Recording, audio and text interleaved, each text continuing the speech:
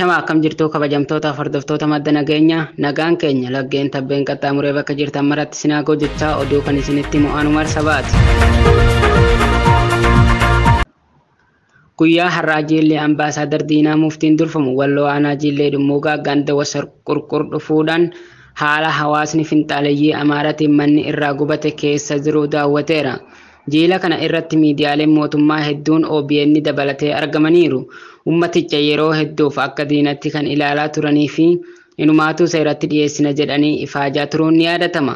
Garuu ummatichi lola kaabaa as gulufaa jiru kana irratti humnaanis tahee dinagdeenis waan hirmaatuu didaniif qalbii ummataa hatuuf guyyaa har'aa kana achitti argamanii fafakkeessaa oolanii jiru.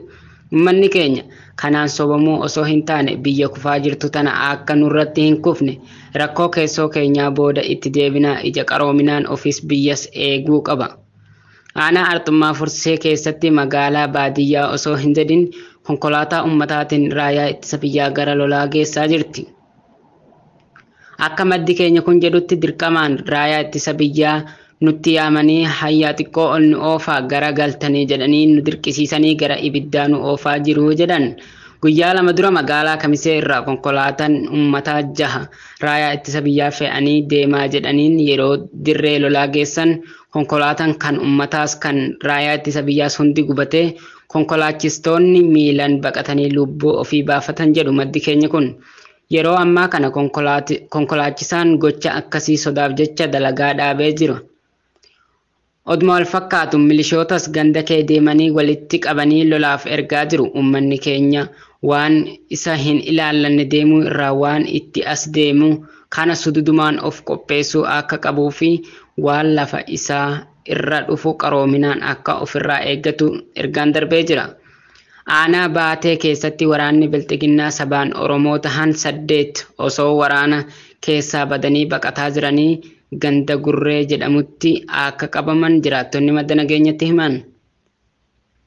Waraanni kun osoo baqatuu milishaa mootummaa harka tasa kan ba'an yoo ta'u achumatti qabamanii milishoonni Bilxiginnaa yeroo itti gaafatamaa waraanatti bilbilan namni 8 osoo baqa irra jiranii qabnee jirra kottaa fuudhaa jennaan isinumti achi oofaa fixaa meeshaa irraa hiikaa jechuun ajaja itti kenne.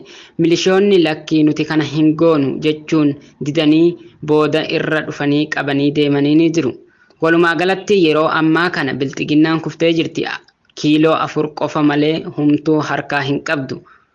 Kutaalee Oromiyaa keessatti daandiiwwan irratti humnootni weerartuu Abiyyi akka ummatatti makamtee hin deemneef waboon konkolaataa dhaabsisee sakatta'umsa gaggeessuu eegaleera. Ergaa ariifachiisaa qeerroo walloo irraa darbe ilmaan Oromoo walloo humna addaa Oromiyaa fi Federaalli yeroo ammaa kana hedduun baqataa waan jiraniif humni keenya yeroo argee osoo qabee diinaaf laatuu hin taane ofitti qabee gara waboo warri makamuu fedhe kallattiin itti agarsiisuu fi kaan ammoo gara qe'ee ofii deebi'uu fedhu akka deebi'u haala mijeessaa fi malee hadaraa qabdanii diinaaf akka hin laanne ergaan darbee jira.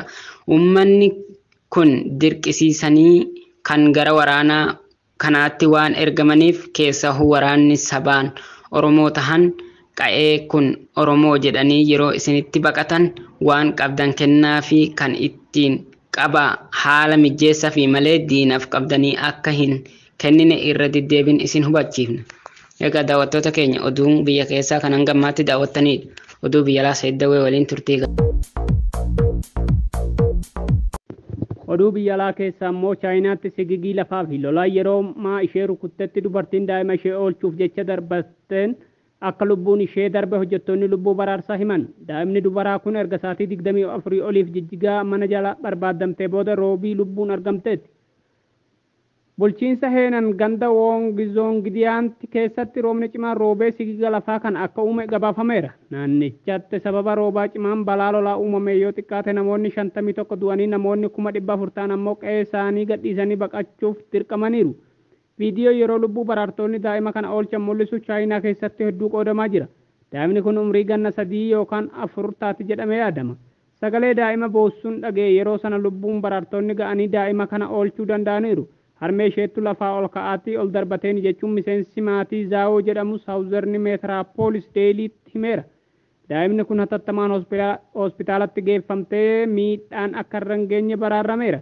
Chaayinaatti obomboleettiin du'aa namoota 28tiif sababa ta'e balaa waarshaa albuudaa yoo xiqqaate namoonni 14 du'an. Reeffi harmee ishee kamisa argame. Lubbuu baraartonni akka Beejiing Yaawuz Deeliitti himanitti yeroo reeffa ishee argatan qaamni ishee akka waa ol dhiibaa jirtu fakkaatee gogee ture. Yeroo ijoottidha daa'ima ishee ol kan kaaste kanaafidha daa'imni kun lubbuun kan oolte jechuun hojjetaan lubbuu baraaraan tokko gaazexeessitoota Yaangitti himeera. Miidiyaaleen biyyattii harmee fi daa'ima kana hin kennine torban darbe keessa naannichatti roobni cimaa fi lolaan balaa cimaa uumee tureera. Daandiilee ijoo lagatti geeddaramanii konkolaattonni jijjigni mannee fi namoonni illee lolaa dambalii cimaan adeemuu kanaan fudhatamaniiru. Magaalaa guddittii bulchiinsa Zeehang keessatti kibxata galgalaa yeroo lolaan geejjiba baaburaa lafa jalaa keessa seenetti yoo xiqqaate namoonni 12 du'aniiru.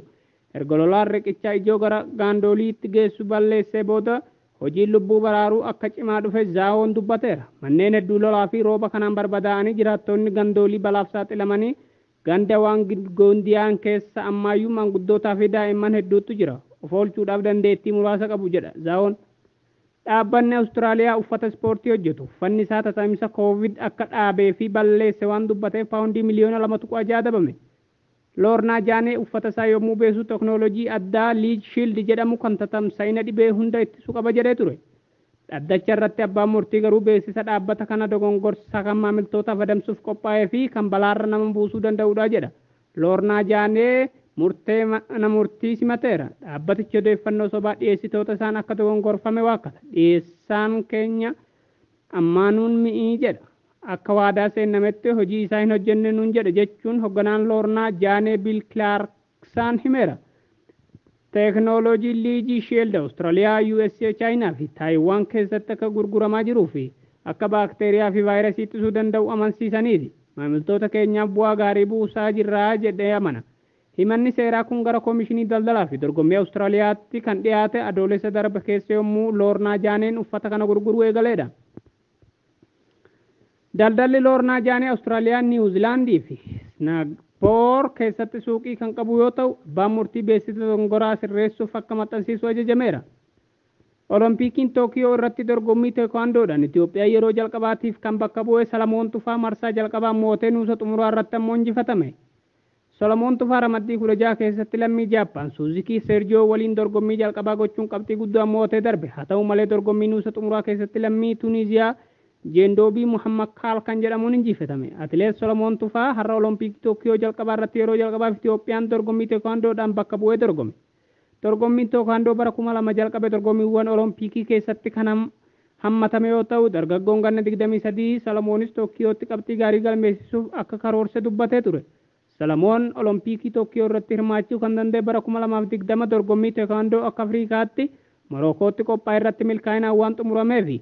Egaa hordoftoota keenya oduulee biyya keessaa fi alaa qindeessee kan simbiraan gahaa turan Saayid Dawweetii fi Umar Sabaati. Gama teeknikaatiin kan nu faana ture Mu'ee Callaati. Odeeffannoo guyyaa baruutiin hanga walitti deebinutti nagaan nuuf tura.